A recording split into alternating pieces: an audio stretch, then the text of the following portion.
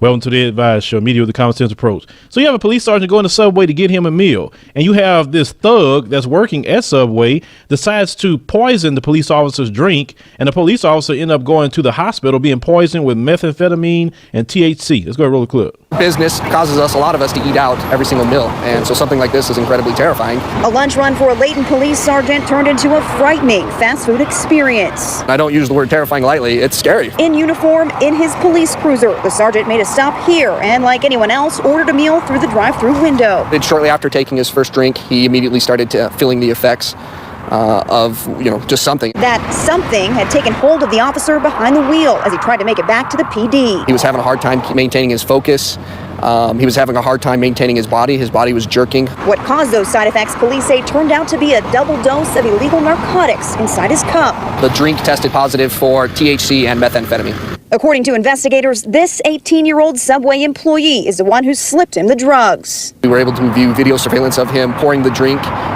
For some unknown reason, the individual leaves the drink on the counter and walked away for an unknown reason for a short period of time, returned to the beverage that still had its cap off, and then appeared to be leaning over the beverage for an unknown reason for an unusual amount of time. A horrifying set of circumstances, Sergeant Clint Bobrowski says, for all officers who put on a uniform each day, not knowing if they, too, could become a lunchtime target. We can obviously assume that it was because he was a police officer in a marked vehicle, but we don't know for sure.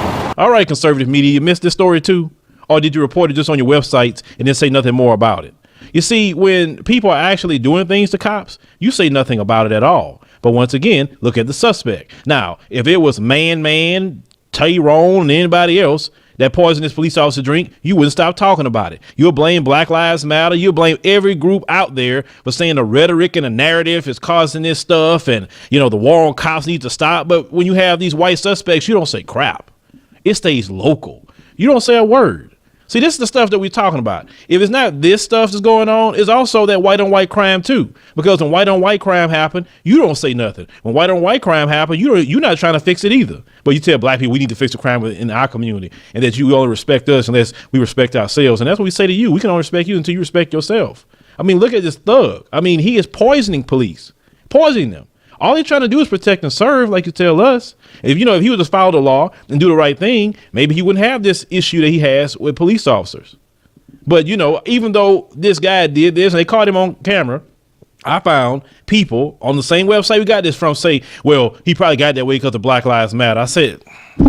I said, boy, you cannot accept responsibility for nothing you do. You poison cops, you don't accept responsibility. You kill cops, you don't accept responsibility. You bite the ears off, you don't accept responsibility for nothing. But black people got to accept responsibility for things they do and things they don't even do.